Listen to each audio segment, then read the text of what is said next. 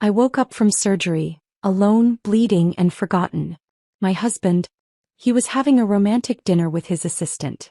I called him and calmly said, "I want a divorce." He laughed and said, "Okay." He thought I was bluffing. He didn't know I was already gone. The hospital room was cold. Not sterile, not clean, just cold. The kind of cold that seeps into your skin and makes you question whether you're still alive or just drifting in between. The ceiling tiles above me looked the same as they had an hour ago when I opened my eyes post-surgery, but something was different. Something inside me was missing. Literally, yes.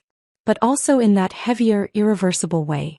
The way that wraps around your lungs and tightens until it becomes your new breath.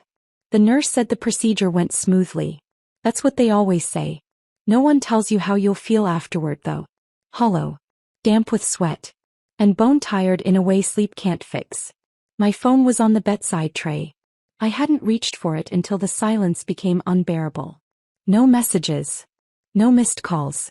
No, "Are you okay?" from Daniel. I didn't expect flowers. But I thought maybe he'd send a driver. Or his assistant. Or hell, even a text. But the only person who held my hand that night was a woman in scrubs who had other patients to attend to. With a trembling hand I tapped his name. He answered on the fourth ring. The background noise told me everything before he even said a word. Creaking glass. Muffled music. Laughter. Tessa's laughter. Clara. His voice was smooth, distracted. Probably trying not to sound annoyed. "I want a divorce," I said, voice low, steady, detached like I was reading from a script. Silence. Then, "Okay." Just that. As if I'd asked him to pick up milk on the way home. "Okay." I repeated, not because I hadn't heard it, but because I couldn't believe the ease with which it left his lips. "Let's not do this right now," he said, tone clipped. I could practically hear the way he shifted in his chair, no doubt giving Tessa one of those apologetic half-smiles he used to save for me. "You're emotional. You'll feel differently tomorrow." I could hear her faint voice on the other end, light and playful. "Dessert's here." He didn't mute the call. He didn't even care enough to. And that was the final proof. Not the cheating. Not the betrayal. Not even the neglect. No, the final nail was this. He truly thought I wouldn't go anywhere. That I was too weak, too soft, too broken to ever leave. And for a long time he was right. It didn't used to be this way. There was a time years ago, when Daniel Hale had loved me like I was the only real thing in his world. When I used to walk into a room and he'd look up from whatever he was doing and smile like I'd personally rearranged the sky for him. But that was before the board meetings, before the glass offices and cold leather chairs. Before Tessa Monroe walked in with her Ivy League degree and silk blouses, and started shadowing him like she was already his shadow wife. She used to call me Mrs. Hale with this overly sweet tone. Like it was a title I should feel grateful for. Like she had already measured the seat and was just waiting for me to vacate it. The truth is, I didn't lose Daniel to Tessa. I lost him to indifference. Slowly. Quietly. Like boiling in water 1 degree at a time. After I hung up the call I didn't cry. Not like I used to when we fought. Not like the first time I saw them walking out of a hotel conference together looking a little too casual. I used to cry in the shower, wiping my face before the tears even finished falling. But tonight, I just stared at the drip, the steady rhythm of it, like a tiny metronome keeping time with my dead heart. I looked down at my stomach. I'd lost the baby.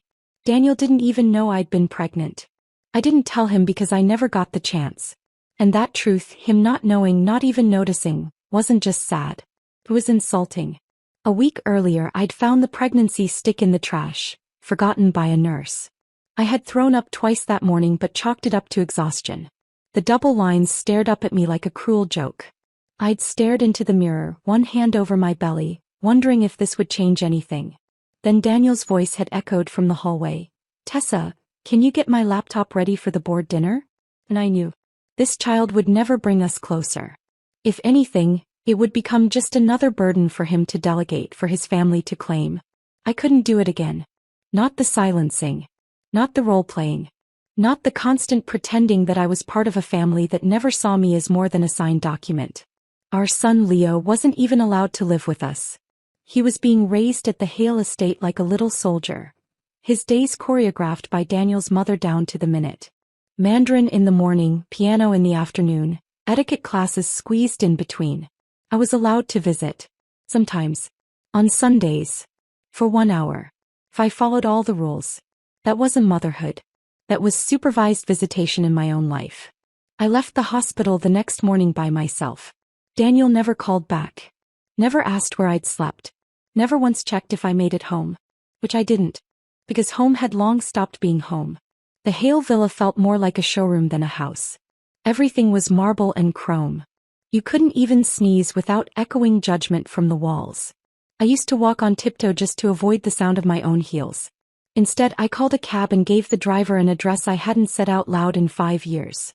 My father's old place. He died in a drunk driving accident 3 years ago. The insurance payout had been modest, but the house sat untouched, like a museum of pain and peeling wallpaper. I once vowed never to set foot in that house again. But it was the only place that didn't belong to Daniel. The only place where the silence was mine. I stayed in bed for 2 full days. Not crying. Just breathing. Letting the quiet settle. I kept my phone on silent. Watched it light up over and over. Messages from Daniel. Call me. You're overreacting. We'll talk when you calm down. And then eventually. Let's talk. I'll bring Leo. Are you really going to throw away 8 years over one dinner? Tessa didn't mean anything. You need to calm down. That last one, that was the final trigger. He'd said it so many times over the years. When I cried. When I screamed. When I begged. He'd always said it like a period at the end of my worth. You need to calm down. Oh, Daniel. You need to wake up. On the 3rd morning I stood up. Brushed my teeth. Made coffee from an old tin I found in the cupboard. It was stale, bitter, and perfect. I opened my closet. The one full of memories I'd stuffed in boxes, and pulled out a pair of jeans and a faded sweater that didn't scream Mrs. Hale. I wasn't her anymore. I took out a notepad and began writing a list. 1. Change number. 2. Open new bank account. 3. Visit Leo's school. 4. Find job, any job. 5. Sign the divorce papers. Myself if needed. It wasn't a plan for revenge. It was a plan for survival. Because Daniel Hale thought I wouldn't go anywhere. But he forgot the most dangerous thing about a woman like me. I had nothing left to lose. And nothing is heavier than that kind of freedom. When I returned to the Hale estate, it wasn't to fight. Because Daniel had texted the night before. Come home. We need to talk. About Leo. Not about me. Not about the miscarriage he still didn't know about. Just Leo. Always Leo. The golden heir to the Hale legacy. Raised with a silver spoon and trained like a soldier. He hadn't called me mom in over a year. I was just Claire now. Sometimes her. The gate buzzed open like it always did. No one questioned my presence. No warm welcome either. Just marble silence and the faint echo of heels clicking somewhere deeper in the house. I found Daniel in the study, seated in the leather chair he loved more than any living thing. He didn't stand when I entered. He looked up and said, "You missed Leo's school report." He dropped 2 points in math. Vanessa says it's because you keep distracting him. Vanessa, his sister. The walking reminder that I never belonged here. I wanted to laugh. Me distracting Leo? When was the last time I'd even seen him? I didn't miss anything, I said softly. I was in the hospital. Daniel's brow creased. Hospital. I nodded. A month ago. Emergency room. Surgery. Miscarriage. The word fell like a blade between us. His lips parted but no sound came out. Not even denial. Not even concern. You were pregnant? He asked finally, like it was some inconvenient memo he'd missed. I was. His eyes flicked to his whiskey glass, then back to me. Why didn't you tell me? You were busy. I smiled thinly. It was the night you ran out of the house to stop Tessa from drinking too much wine at a business dinner. His jaw tightened. That was a client event. I drove myself to the ER, I said, cutting him off. I was bleeding, Daniel. And you didn't answer a single call. The silence after that was louder than any screaming match we ever had. He ran a hand through his hair. Why didn't you tell me afterward? Because the baby was already gone, I whispered. There was nothing left to tell. His face paled. But I didn't want pity. I didn't want apologies. I just wanted it out in the open. He exhaled slowly, then shifted to defense as he always did. You should have been more careful. These things don't just happen out of nowhere. And just like that, he made it my fault. A year ago I would have snapped. I would have screamed, thrown something, demanded he take responsibility for once in his life. But today I just nodded. You're right, I said, voice calm. I should have been more careful. With everything. I stood by the bookshelf, fingers brushing against the old hardcover volumes Daniel liked to display but never read. I used to think I was lucky, I said almost to myself, that someone like you, someone so clean, so perfect, would want me. Daniel looked confused. What are you talking about? I turned to him. Do you remember how we met? He blinked. Of course. I don't think you do. It was 11 years ago. Late evening. I was biking back from a part-time job, the kind that paid in tips and leftover muffins. The air stank of cheap beer and sweat. I turned the corner and saw a group of punks, 4 of them, surrounding a guy in a school blazer, his glasses cracked, face pale. I almost kept going. But something in me turned the brakes instead. I rolled straight into the alley, flung my bike aside and screamed like a banshee until they scattered. I didn't fight them off. They just didn't expect a girl in ripped jeans to show up yelling like the world was ending. The boy they left behind was Daniel. A scholarship kid at one of the best prep schools in the city. Clean-cut. Top of his class. Completely out of place in my world. And yet, the next day he showed up outside my job. Said he wanted to thank me. Said he wanted to take me out for coffee. Said he couldn't stop thinking about me. I laughed in his face and walked off. He came back the next day. And the next. Until finally I agreed. We were fire and glass. I was wild. He was precise. I taught him how to curse properly. He taught me how to fold a resume. When my father, an abusive alcoholic shell of a man, beat me so badly I couldn't get out of bed, Daniel broke into my house, scooped up my bleeding body and carried me to the ER. While the doctor stitched me up, Daniel sat with his head in his hands, shaking. The doctor looked confused. You're not the one bleeding, kid. Daniel just whispered, then why does it feel like my chest is on fire? He held my hand the whole night. He made me popsicles from scratch. He promised I would never hurt like that again. I believed him. But time has a funny way of unraveling promises. Now here we were, me in this cold glass house, and him looking at me like I was just another item on his to-do list. You stopped seeing me years ago, I said. Stopped hearing me. You left me alone in this marriage and then wondered why I went quiet. Daniel rubbed his temples. Clara, for God's sake, this again? No, I said. Not again. Just once. And then never again. I didn't wait for him to respond. I walked out of the study and down the hallway toward the front door. He didn't follow me. Not right away. At the door I turned around and looked at the grand chandelier above the entryway. The one his mother loved. The one that had been dimmed the moment I stepped into this house. It never shined for me. I heard footsteps. Daniel finally appeared. I'm sorry, he said, voice low. I'm not angry, I replied. I'm tired. He took a step closer. You're not thinking clearly. You've been through a lot. We can go to counseling. I let out a soft laugh. Daniel, I just told you I lost our child and your first instinct was to blame me. He flinched. This isn't grief talking, I said. This is clarity. At the door I paused. I'm leaving, Daniel. For how long? He asked, almost genuinely confused. Forever. He blinked like he didn't understand the word.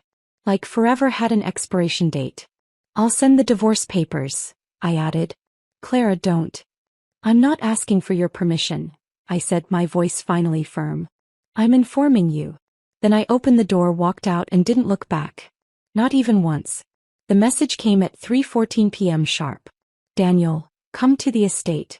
It's about Leo. Be here before 6. No, please. No explanation. No follow-up. Just a direct order, as if I were still the woman who adjusted her entire schedule to fit neatly around his. Still, the name Leo hit like a reflex. The kind that bypasses logic and travels straight to your heart.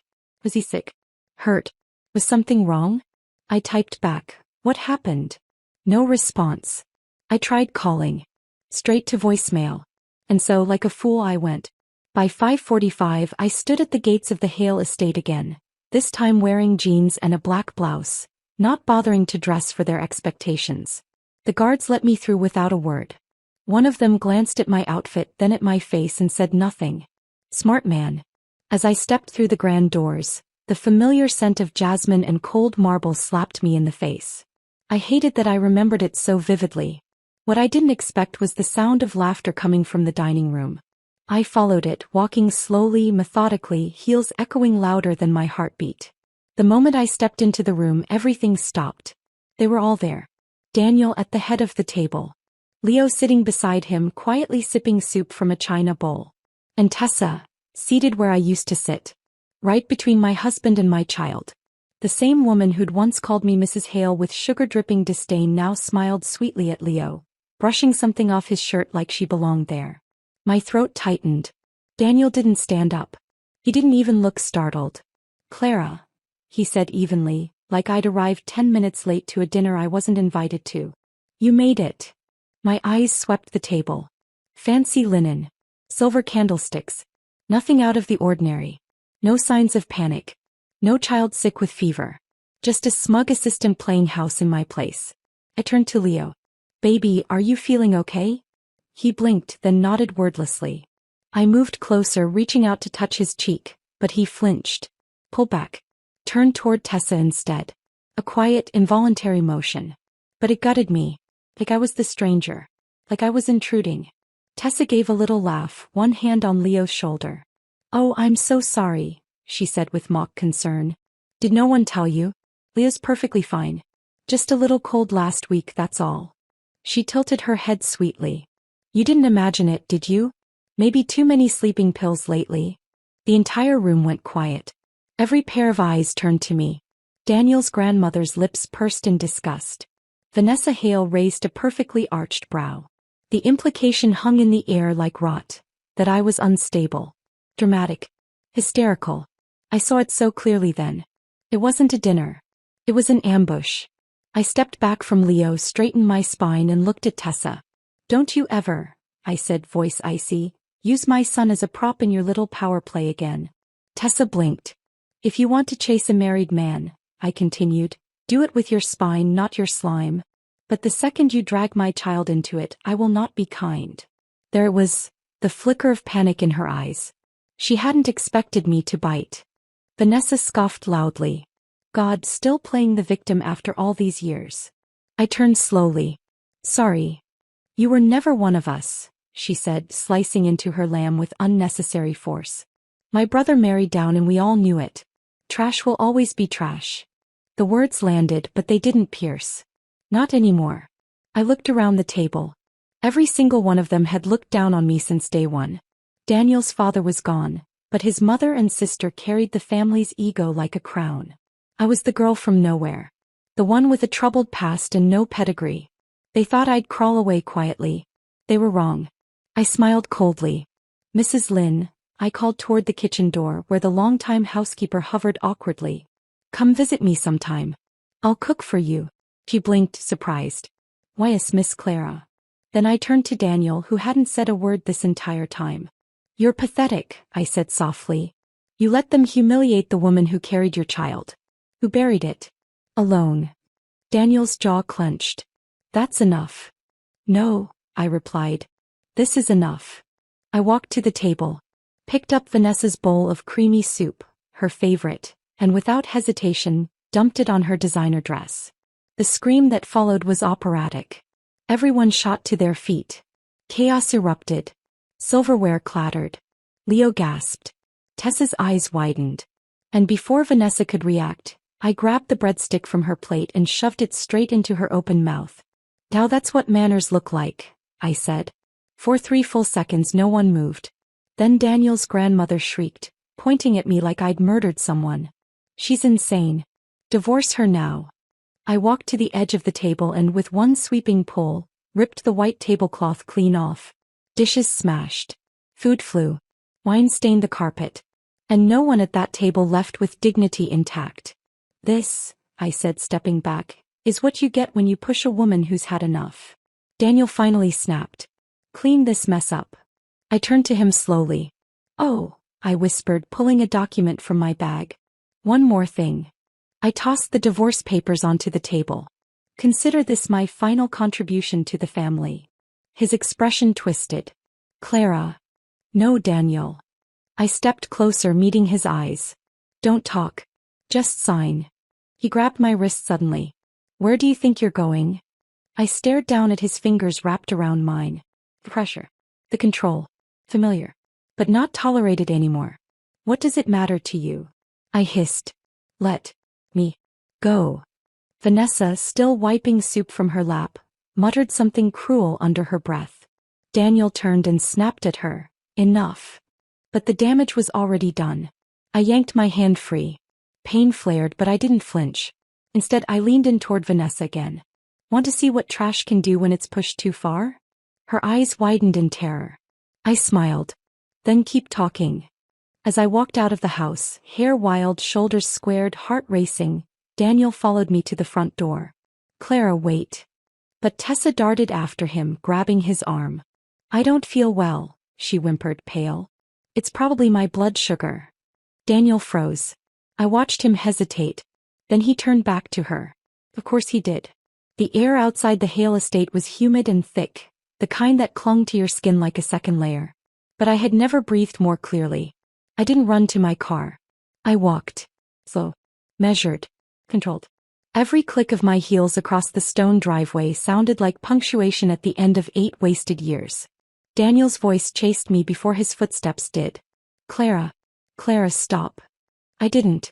Keys in hand, I opened the driver's side door. That's when I heard the crash behind me. A porcelain bowl. Or maybe a wine glass. Something had shattered. I turned just slightly to see Daniel bleeding, a jagged trail of red on his hand, his expression twisted with rage and confusion. Tessa followed close behind, her heels clicking frantically. Daniel, you're bleeding. Let me. He shoved her hand away and kept coming. I stepped into the car and shut the door before he reached it. The moment the engine turned, his fist slammed against the window. Don't do this, he shouted. Don't walk away like this. Blood smeared on the glass. His eyes wild. Tessa's voice was shrill now. Daniel, stop. You're hurt. Let me call someone. Talk to me, Clara, he barked. You don't get to end everything like this. I stared at him through the windshield. And I didn't say a word. I shifted the gear into reverse. And drove away. That night my phone didn't stop buzzing. The screen lit up with every name I now despised. Daniel, 38 missed calls. Tessa, 14 messages. Vanessa, a paragraph of venom disguised as concern. Unknown number, we're worried about you. Daniel again, please Clara. Then, you're being dramatic. Then, let's be adults. Then, you need to calm down. That last one almost made me laugh. Almost. Because how many times had he said those words? When I cried after being sidelined from my own son's upbringing. You need to calm down. When I found lipstick on his shirt. You're overthinking. Calm down. When I miscarried alone. He didn't even say it. But if he had, it would have been that. So I typed my reply. Just one line. You need to calm down. Then I turned the phone off, removed the SIM card, and dropped it into a glass of water like a funeral offering. It was quiet after that. A kind of beautiful, brutal quiet. No buzzing. No apologizing. No gaslighting. Just me. And for the first time in years, that was enough. I spent the next week in my father's crumbling old house, eating instant noodles and sleeping on a mattress with no sheets. Every corner of the place reeked of old memories and peeling paint, but I didn't care. It was mine. No housekeepers. No surveillance. No glass chandeliers waiting to drop. Just creaking floorboards and freedom. The job at the convenience store came by accident. I'd walked in one morning for coffee and headache pills, half dressed, half alive. The manager, a soft-spoken woman named Mrs. Patel, asked if I needed work. I said yes before thinking it through. The pay was minimal. The hours long. But the uniform felt better than any designer dress Daniel ever bought me. There was something healing in the simplicity. Scanning groceries, stocking shelves, exchanging pleasantries with strangers who didn't know my name or past. No one called me Mrs. Hale here. I was just Clara. And Clara could breathe. Noah Reed walked in on a Thursday. Late 20s. Messy hair. Wore a denim jacket and a quiet smile. He came in for dog food. I think my golden retriever eats better than I do, he joked, setting the bag down on the counter. I gave a half smile. Sounds like he's got the right priorities. We chatted, brief, casual. He had warm eyes but didn't stare. His voice was gentle, not probing. That evening I saw him again walking the dog past the house. He waved. The next day he came in again. Said he made too much pasta and offered me some. I didn't accept. Not yet. But I smiled this time. A real one. 2 weeks passed. Then out of nowhere. WeChat ping. Blocked number. But I knew the profile picture. A photo of the ocean Daniel had taken years ago on a trip I wasn't invited to. Daniel, when did you start planning the divorce? You can't be serious. We have a child. You're going to take away his family for what? Your pride? You're acting heartless. You're not even thinking about Leo. 8 years, Clara. You can't throw that away like nothing. Say something. I stared at the screen for a full minute. Then I typed back. You need to calm down. And closed the app. He never responded after that. I had peace again. It wasn't loud. It didn't come with applause or closure or some cinematic sense of justice. It was just a cup of instant coffee on a quiet rooftop, watching the sun rise over a neighborhood that didn't expect me to apologize for existing. It was waking up in a place where no one touched my phone or tracked my schedule. It was being anonymous, and in that anonymity powerful. Mrs. Patel liked me. He gave me more shifts. Noah kept showing up. Sometimes for gum, sometimes for nothing. Once he forgot his wallet and I paid for his soda. He came back the next day with an entire box of chocolate bars as interest. He never pried. Never asked what I was running from. Never commented on the faint scar across my wrist or the fact that I flinched when someone walked too close behind me. He just smiled. And that silence, that lack of expectation, it healed something in me I didn't know was bleeding. Daniel, meanwhile, stayed silent. But I knew him too well to believe he had given up. He was regrouping. And when he came back, it wouldn't be with apologies. It would be with strategy. But this time, I would be ready. It was nearly a month before I saw Daniel again. By then, my new life had settled into a strange rhythm. Quiet mornings at the convenience store, occasional coffee with Mrs. Patel, random run-ins with Noah and his golden retriever. I slept better, ate better, even laughed once or twice. But I always knew it wouldn't last. Not while Daniel was still unraveling. The rumors came first. Mrs. Lynn, the loyal Hale housekeeper, called me one night. I hadn't heard from her since the dinner incident. Miss Clara, I'm not trying to meddle. But Mr. Hale isn't well. I stayed silent. He's not eating. He barely sleeps. He's looking for things. What things? I asked flatly. High school notebooks. Old photographs. Gifts. He locked himself in the storage room for 4 hours last week. He was shouting. He threw a chair. My fingers tightened around the phone. Let him look. He found the old scarf, she whispered. I closed my eyes. That damn scarf. The one I'd knit for him when we were still in college, when he pulled double shifts and always forgot his gloves. He never wore it. Said it was too short. Too colorful. I kept it anyway in a box labeled Hope somewhere he never looked until now. Mrs. Lynn cleared her throat. 2 nights ago he threw Tessa out of the bedroom. Loud enough for all the staff to hear. She tripped on the landing. Broke her ankle. Badly. I didn't respond. And last night, she added, her voice brittle, his grandmother collapsed. Ambulance had to be called. Heart attack. Pause. Everyone says it's the stress. They're all blaming you. Of course they were. He showed up at my door 3 days later. I didn't need to ask how he found the address. The Hale family had ways, documents, records, strings that still had my name. It was 3 o'clock in the afternoon when I opened the curtain and saw him standing there. Same tailored coat, but it hung off him differently. His frame thinner. Cheekbones sharper. He didn't look like a CEO. He looked like a man who hadn't slept in weeks. He didn't knock. He just stood there, hands in his coat pockets, like if he moved he might fall apart. I watched from inside for a moment, then opened the door. No words. No drama. Just silence stretching between us like a cracked bridge. He stepped in when I didn't object. Sat down on the edge of the old couch I'd salvaged from the basement. His eyes scanned the room. Peeling paint, second-hand furniture, my life in recycled comfort. You really live here? He asked quietly. I didn't answer. He let out a breath.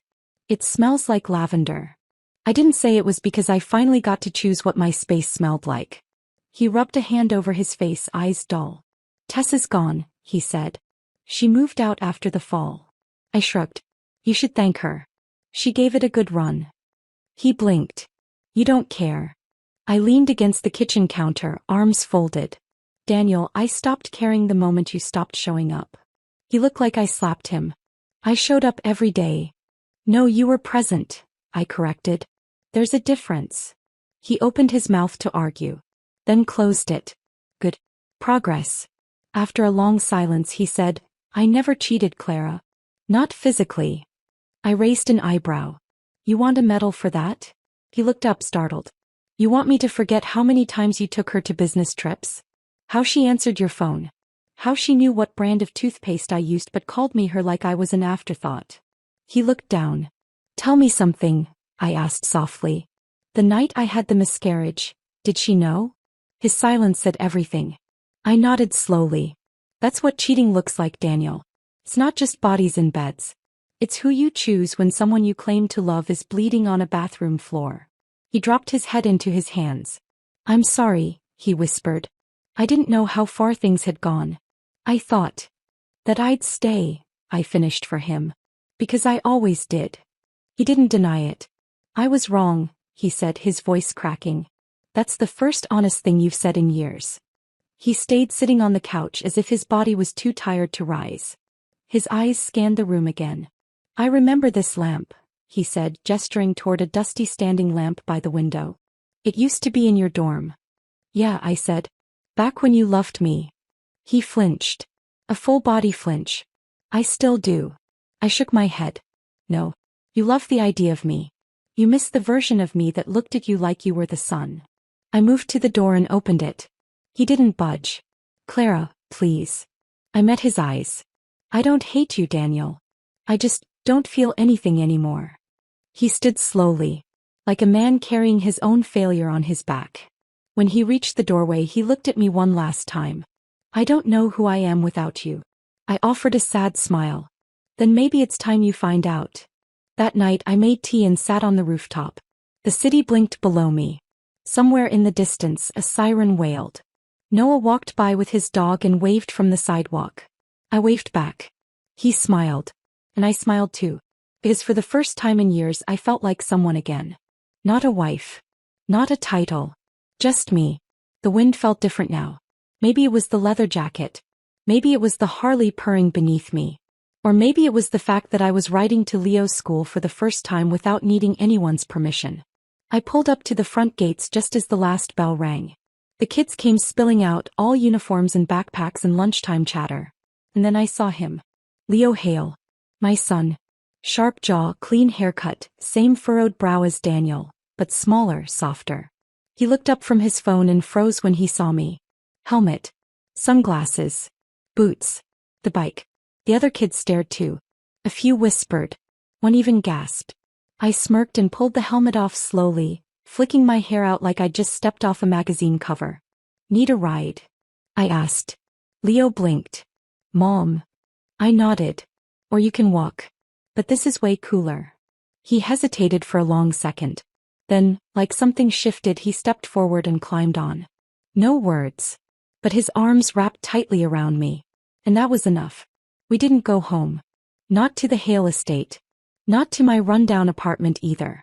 We went to a greasy fast food diner 2 blocks away. I ordered him a triple cheeseburger with fries and a soda the size of his head. The kind Daniel's family would never allow. Too processed, too vulgar, too cheap. Leo looked at the tray like it was illegal. I'm not allowed to have this, he said. You're not at the estate right now, I replied, unwrapping my own sandwich. So, yes you are. He took a bite. Then another. Then another. By the third he started laughing. Real laugh. Full belly. Eyes squinting. Ketchup on his cheek. Nearly broke me. We talked. About school. About soccer. About how his history teacher wore the same tie every day. He told me about a boy named Marcus who always stole his pencils, and how he once got locked in a bathroom during lunch. I listened. Didn't interrupt. Didn't correct. Didn't parent. Just listened. And slowly he opened up. After an hour I checked the time. I should take you back, I said. He looked down at his paper cup, fiddling with the straw. Yeah. We didn't say much during the ride back. Not until we reached the Hale estate. I parked just outside the gate, ready to drop him off and leave without stepping foot inside. But then the gate buzzed open and Mrs. Lynn appeared. She waved me forward. Behind her stood Daniel's grandmother, a cane in one hand, a look of uneasy hope on her face. I sighed. Leo turned to me. Can you come in?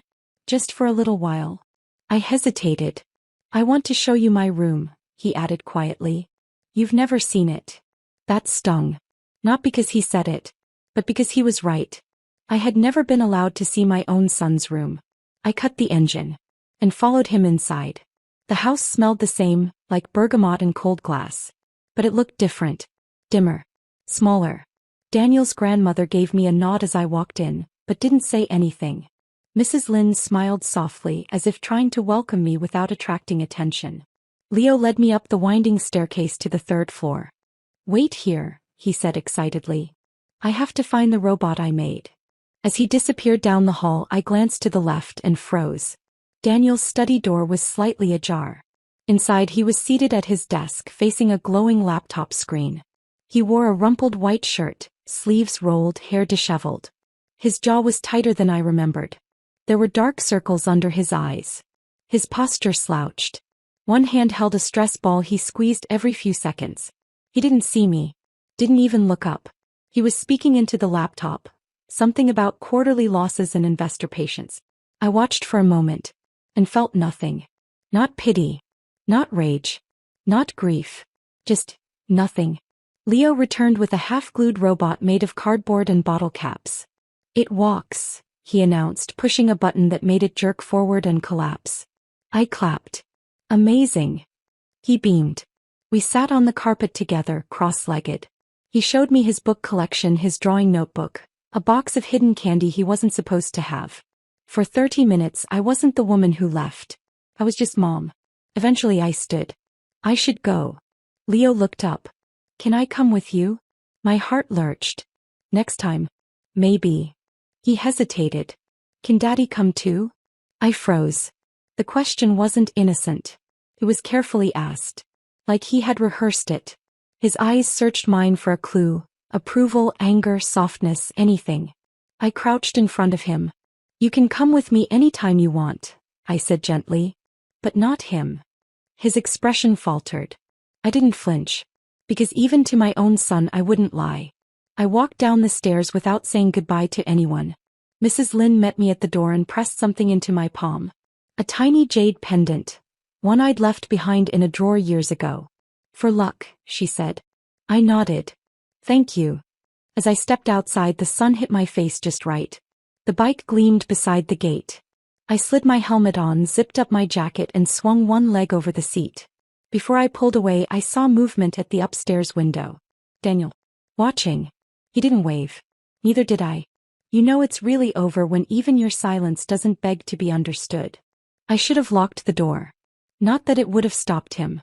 Daniel had a way of inserting himself into any room, any space, any breath, even when he was no longer invited. It was late. Past 10. I was curled up with a blanket on the couch, sipping ginger tea, listening to rain tap against the window. A knock. 3 slow, deliberate raps. I knew it was him before I even moved. He stood outside with a grocery bag and a rusted pot dangling awkwardly from his wrist like an apology. His hair was damp. Shirt wrinkled. Shoes muddy. And still that crooked little smile he used to wear when he came home late with flowers. Only this time there were no flowers. Just burnt offerings and desperation. Let me cook for you, he said. I stared at him. Daniel. It won't take long. Just, let me try. I should have said no. But I didn't. Maybe because I wanted to see what his version of effort looked like now that the shine was gone. Maybe because I already knew how it would end. The stove was ancient, the kind where the dial sticks and the flame wavers. He fumbled with it anyway, swearing quietly under his breath when the rice bubbled too fast. From the couch I watched him move, slower than I remembered. Hesitant. As if my presence in this space now made him unsure of his own. He stirred the pot like it held answers. I didn't say a word. Eventually he turned off the burner and brought the pot out himself. Didn't even bother with serving bowls. He placed it in front of me, pulled a spoon from his pocket. It's porridge, he said unnecessarily. I nodded and picked up the spoon. Took a bite. It was awful. Burnt, gluey, no seasoning. The rice stuck to the roof of my mouth. Char clung to the bottom of the pot like regret. So I ate it. Silently. Is it good? He asked, voice timid like a child showing off his first drawing. I gave a slow, almost imperceptible nod. He didn't believe me. Of course he didn't. He leaned forward, took a spoonful from my bowl, and immediately choked. What the hell? He coughed, grabbing for a napkin. That's disgusting. I said nothing. He looked at me like I'd just confessed to murder. You actually ate that? I shrugged. I've swallowed worse, I said coolly. Years of it. He tried to take the bowl from my hands. Let me make a new one. No. He reached anyway. But the porridge was still piping hot.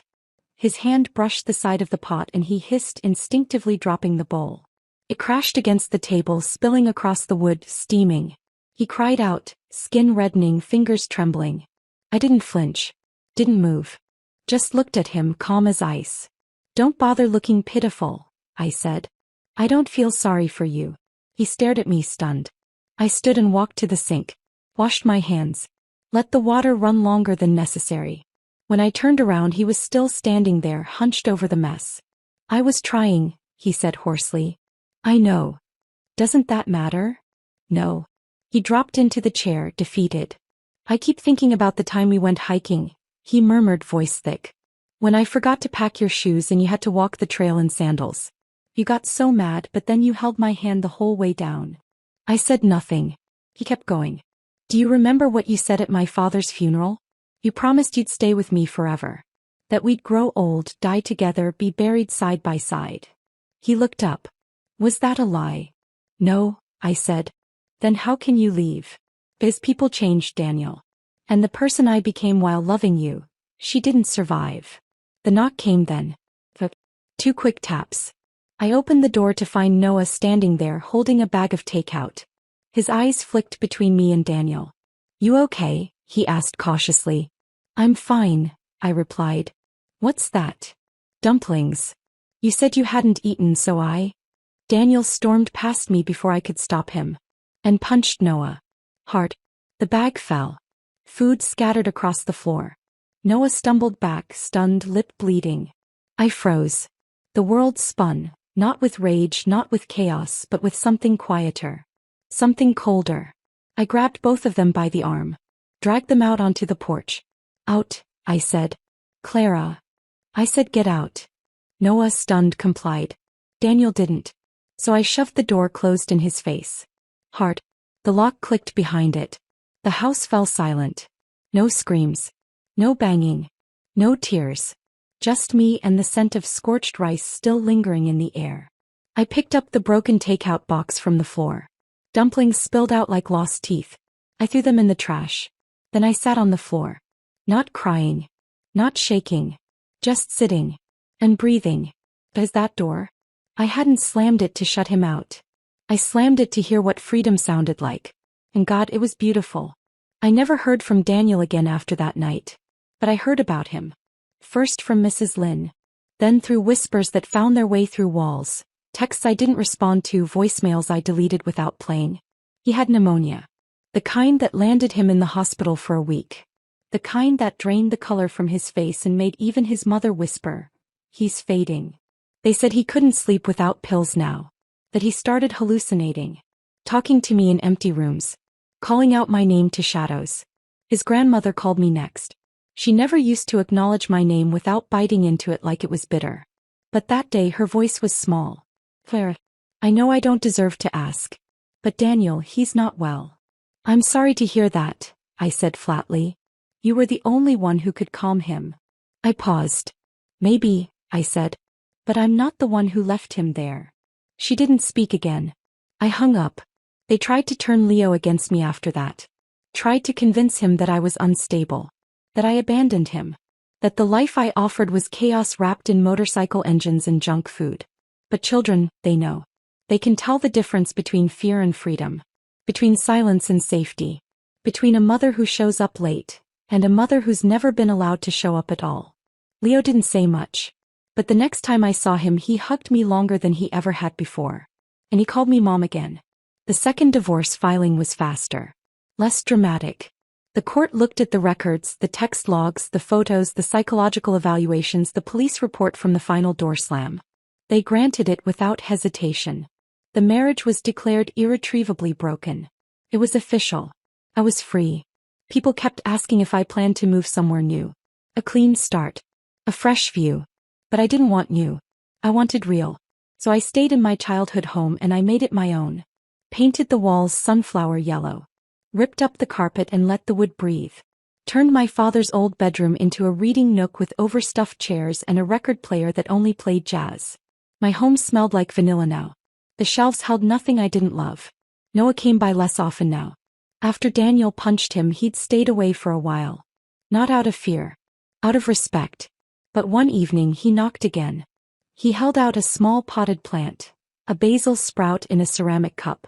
I thought your windowsill looked empty. I took it. We stood in silence.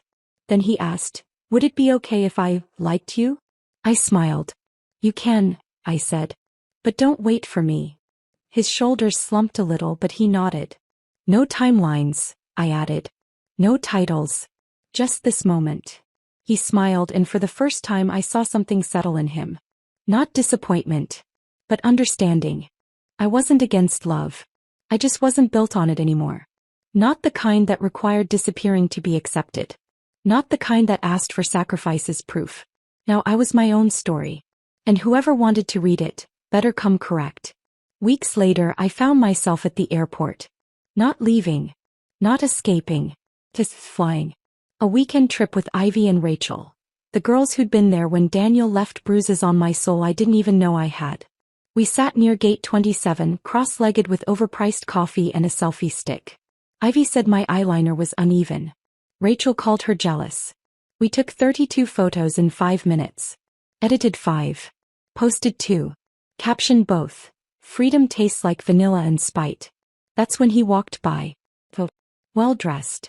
Headphones in. Sharp jaw kind eyes. We all straightened instinctively. As if our spines had been trained to recognize possibility. He glanced at us, amused. One brow lifted in a way that said, you three look like trouble. We didn't flirt. We didn't jump. We didn't ask for his number. We just smiled. Because the point wasn't the man. It was that, for the first time, we noticed him without needing him. I leaned back in the airport chair and let the sun hit my face through the floor-to-ceiling windows. Planes roared in the distance. Some were landing. Some were lifting off. Me. I was somewhere in between.